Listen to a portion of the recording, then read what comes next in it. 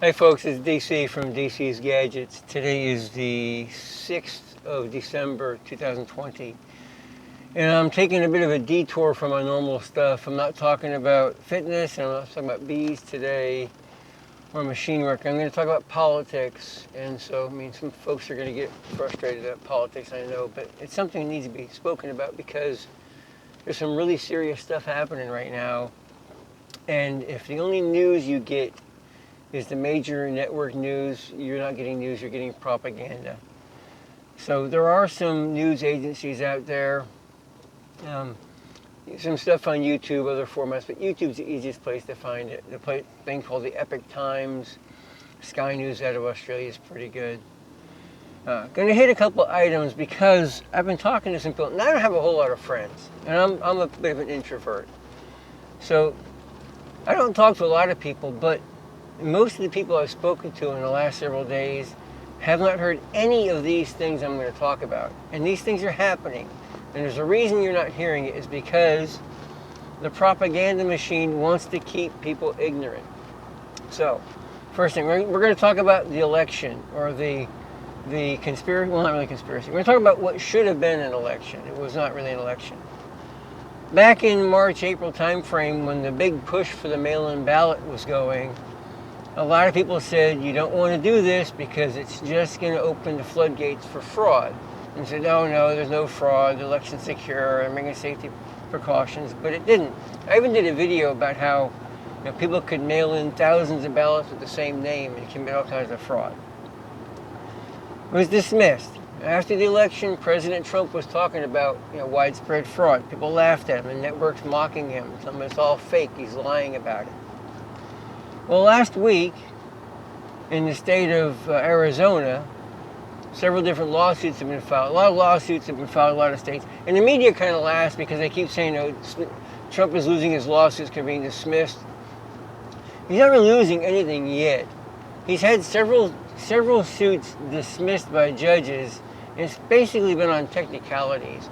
In some places, the suit has been very wide and broad range, and the judge dismisses it because it's not specific enough. So they refile and get a little more specific. So in Arizona, there was a lawsuit filed actually by the head of the Republican Party in the state, talking about voter fraud on absentee ballots primarily. And this is where most of the fraud's taking place. It's the absentee and the mail-in ballots because those are the things that it's easiest to forge.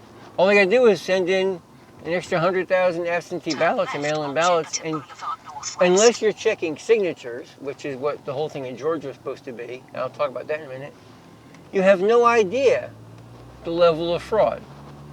So in Arizona, after making several requests, a judge finally said, okay, we're going to give you a limited scope of discovery. You can go in and you can pull 100 random ballots and compare them to see if there's any errors. So they go out and they pull 100 random ballots. Now these were what was called corrected ballots.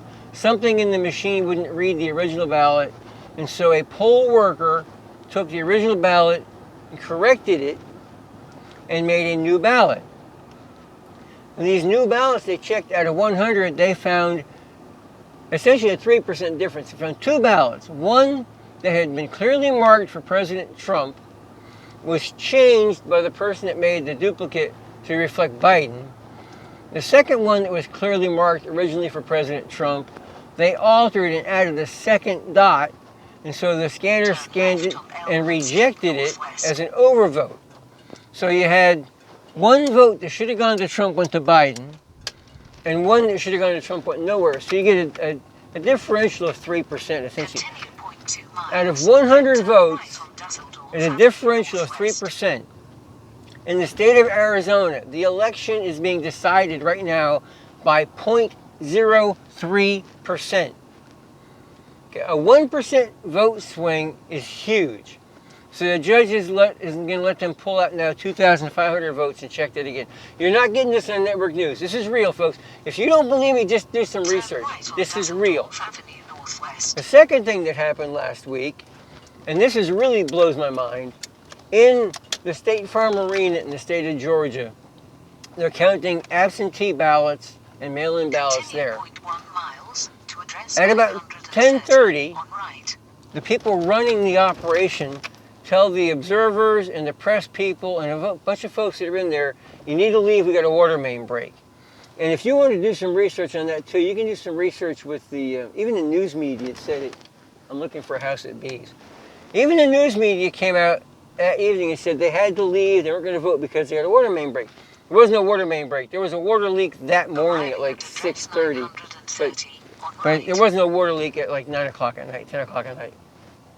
So all these people leave, and as soon as they leave, within moments of them leaving, a bunch of poll workers in there, they're just kind of sitting there waiting for a while. As soon as they're all gone, they get up and they go over to this table, which is covered with a big black tablecloth, and they pull out either 4 or 5 what look like suitcases. The debunking news media claims that these are actually boxes of election carriers. These are actual boxes they typically use. It doesn't matter. They pull these boxes full of ballots out when no one is around to watch them, and they start processing ballots. And they're processing ballots for at least 2 hours.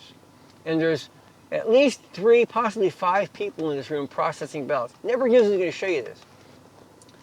If you calculate out the number of ballots that can be processed by just 3 people in 2 hours, you hit over 15,000 ballots. Right. There's several videos out there. I watched, there's like a 45-minute segment of the person that presented this to the Georgia Senate. And they ask a bunch of questions. This is legit. These are surveillance cameras that were installed at the State Farm Arena by the folks that own the building. It's for their insurance purposes. They're trying to find out if there's audio to go with it.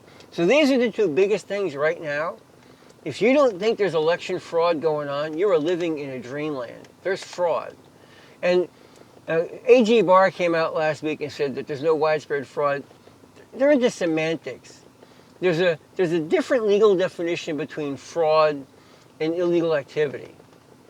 And fraud being intent or conspiratorial. In some cases, it could be one person. For example, the case in Arizona where 2 of the ballots that they pulled were marked differently, that might have been just a poll worker who's trying to cheat.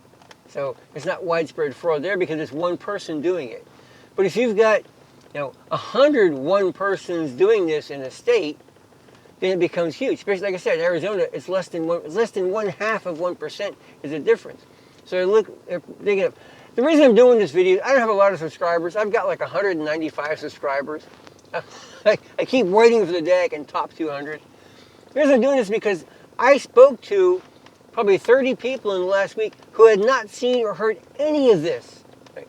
Tell your friends, tell your enemies, tell people there's some shenanigans going on, and we've got to do something, or otherwise you're going to lose your country. If we cannot fix this situation, the entire confidence on our election system is going to be gone, and we lose our country. So that's what I got for today. Have a good day and do some biggies.